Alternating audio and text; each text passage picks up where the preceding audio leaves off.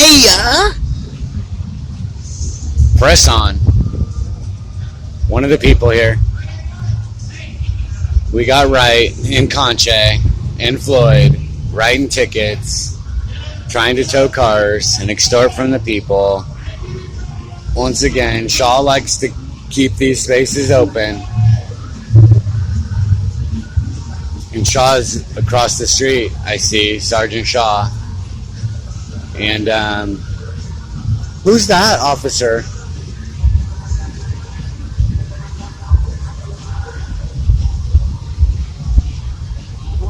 You want in front of the vehicle? Yeah. Looks like Valdez. Oh, okay. All right, Valdez. He's cool.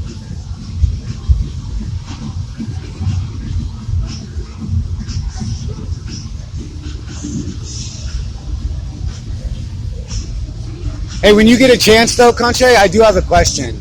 When you get a chance.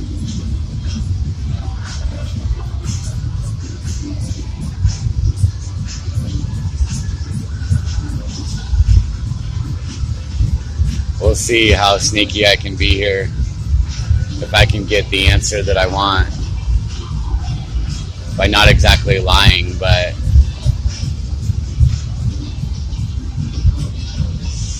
Floyd's taking pictures.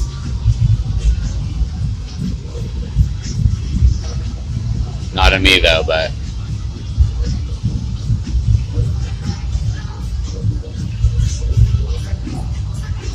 So they're also doing the cars across the street.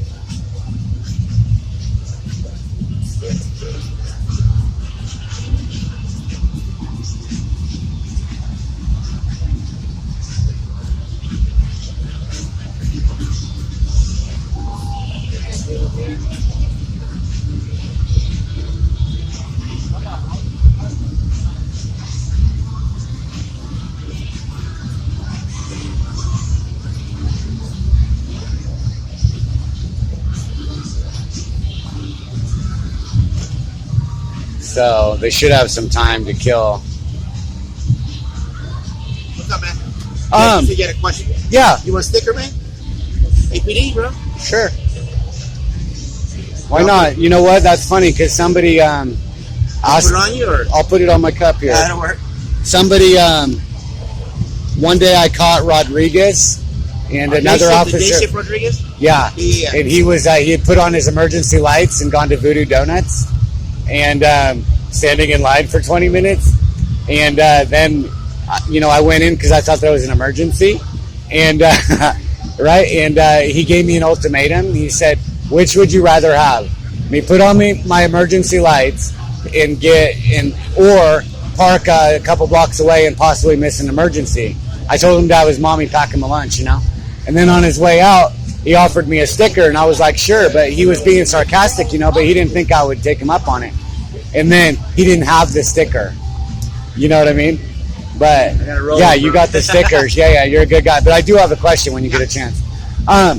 You guys have a lot of codes and stuff, and I'm sure you don't know them all. So when you you stop somebody or you want to write a ticket or whatever, and you don't know the code, how do you find it? We have a computer. But I mean, how do you even go about the search? Does dispatch help you, or let's say that somebody crossed the double yellow line. Do you know that code off the top of your head? We have a transportation 78701. Yeah, 500 block of Trinity, West Carolina. Yeah, our computer, we have a computer. Look it up. Does it take a long time? If it's a criminal offense, penal code, transportation code, look it up. We have quick access to it. So you don't know the code off the top of your head for crossing a double yellow line, right? I don't do that because the laws change so often that if you memorize something, by next month you're spitting out something verbatim that's already changed. So that's true. Yeah. So what would it take? A couple minutes? Oh yeah, no, yeah. I mean, would you find that code for me? What, cross the double line? Crossing a double yellow line. If you have a minute. Sometime tonight, if I get a chance, I'll look. And the next time you talk, you'll know it. Yeah, if I get a chance, yeah. All right, excellent. Thank you. Yeah.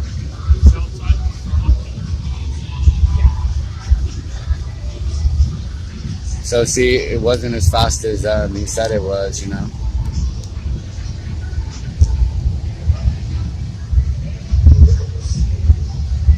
Now I've got an APD sticker on my Starbucks cup.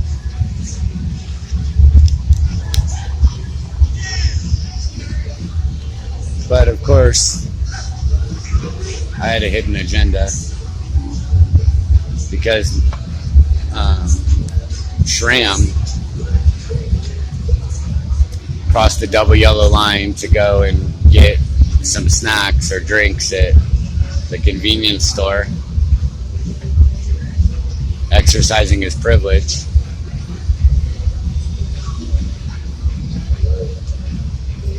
And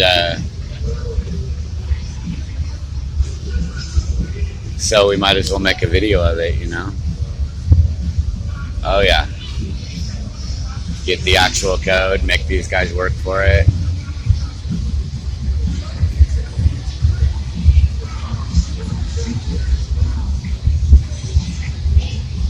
Every officer has their thing, you know?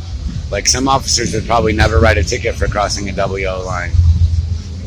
Oh, here comes more. We got... There's Shram right there. Interesting. Speak of the devil. And Meneses would be with Shram. Oh, and we got Sanchez and Zoli. I guess they're partners. I'm thinking Zoli must be the senior officer on their crew. Sanchez pulled his gun last night and detained me. Yeah, he did.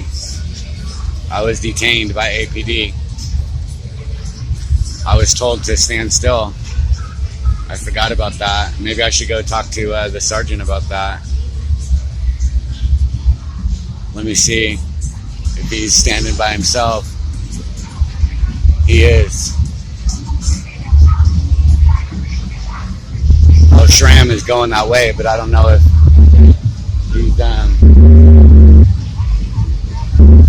he's going to talk to the sergeant or not. It looks like he is.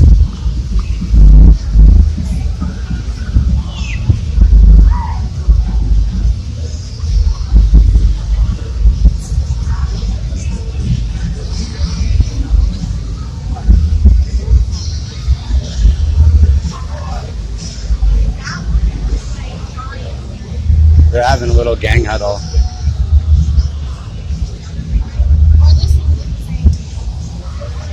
How's it going, Vanessa? Good. Yeah. How about you?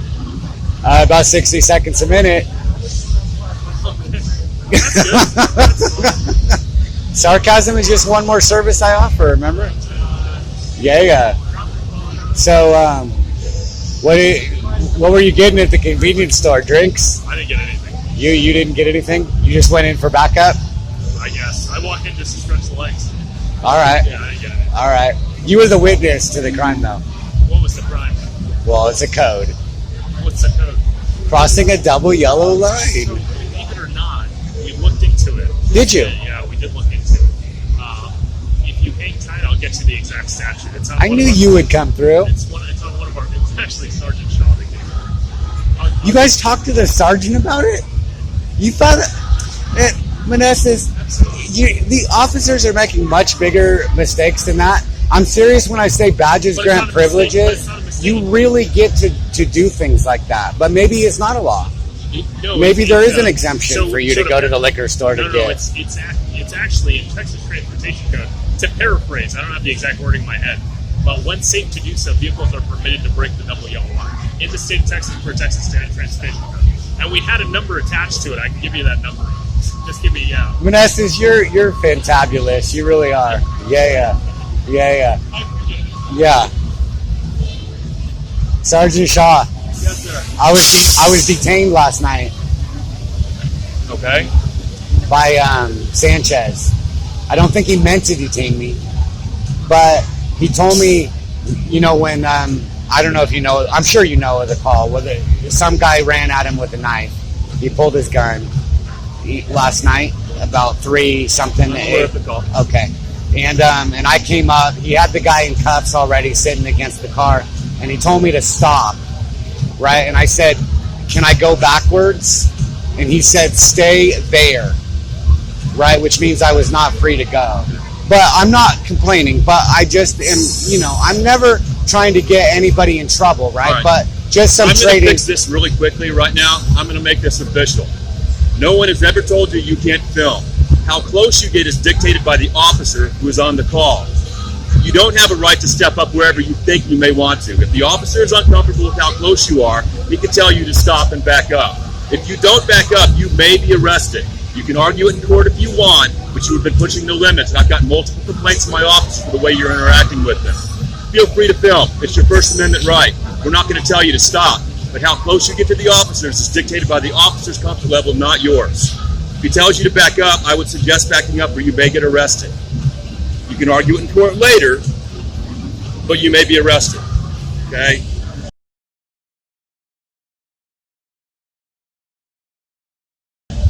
You seem to think that you have a free-for-all to get as close as you want to on a case or a call. That's not correct, sir.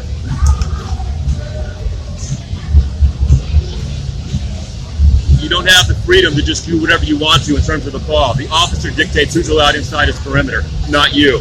That If is he tells correct. you to back up, then you need to back up. If he tells you to stop, it's because you got too close to the call. He wasn't detaining you. He was telling you that you weren't close enough. I've already spoken to the officer about it. So your definitions and semantics that we keep playing about whether you were detained or not, no, it's not going to play anymore. If they illegally detain you, I will fix that problem.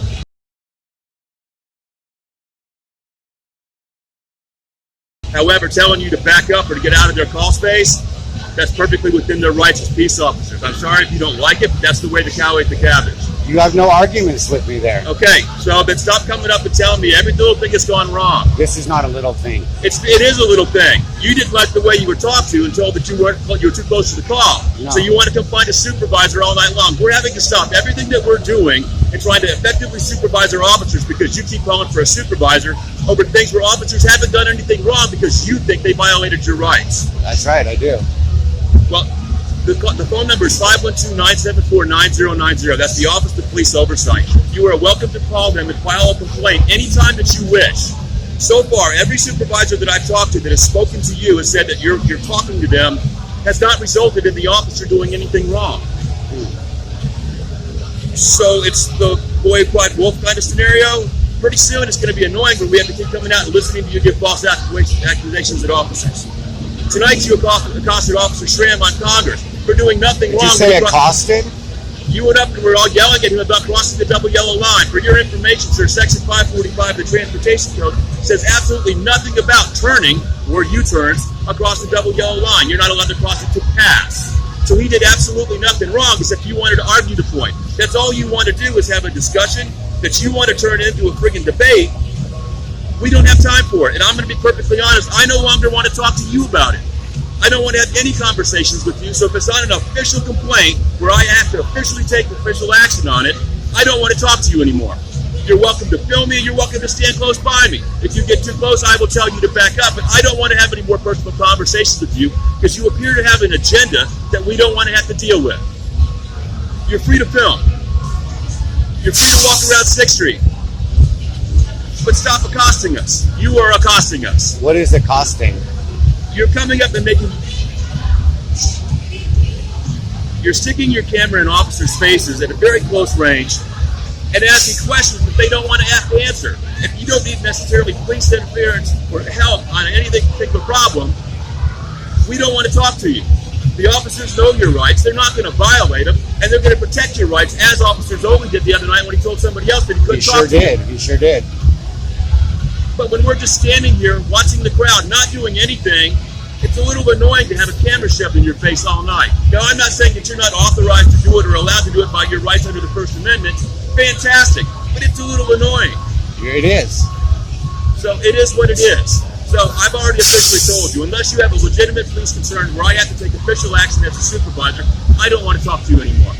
Well, So how you're would we welcome- know if you have to take an official So then you have action? to come up and ask me, and I'm going to ask you what I can do to help you. And if it's not an official problem where I have to take action, I'm going to tell you I don't want to talk to you and I'm going to walk away. If it's something that I need to take care of business, I'm a professional and I will take care of it in a professional manner. But I don't want to talk to you anymore. So, did you watch the body cam footage from last night? I mean, you're saying you I will talked go to the and review it. officer. I will go and review it for you. And if he did anything No, wrong, I don't- I will correct it. You said you didn't want to file a complaint. I don't. I wanted to say there's a difference between saying don't come any closer and stay still. You know what? I'm not even going to argue the point with you. You said you didn't want to file a complaint. So unless you're filing a formal Right, complaint that I need because- to investigate, we're done talking about it. The officer had a man with a knife. He pulled his gun and he told the officer to get down. He complied. He took him into custody with no harm to anybody. What exactly happened? I'm not going to give you a press brief every time my officers take action. It's that simple. All right. So it's simple. Unless I can officially help you in my capacity as a police officer and as a sergeant of the Austin Police Department, I don't want to talk to you anymore. So the people don't have the right to redress their I'm government telling you, for if I don't grievances? help you in an official manner as a supervisor or a police officer for the city of Austin, I don't want to talk to you anymore. I'm not required by any law, statute, or policy to have a personal conversation with you. That's right. And you can't make me. I can't. So, we're done talking, sir. Have a pleasant evening. Well, see, that is a definite hot temper. You know? That's a definite temper we got here. Absolutely. We'll have to keep the pressure on Shaw because we have finally got to him, you know? That's the truth right there. That's the truth. That's what we're dealing with is a drill sergeant. And I knew I would break through the wall. Press on. Master by the name of Bates, smoking more than all 50 states combined. Yeah, right, I gotta stay on the grind. I got no money, so my weed's on my mind. I hit the club, but you know I can't dance. 7 and 7 in my cutoff chance. Tie that shirt in my long ass hair. What part of how I look makes you think I care?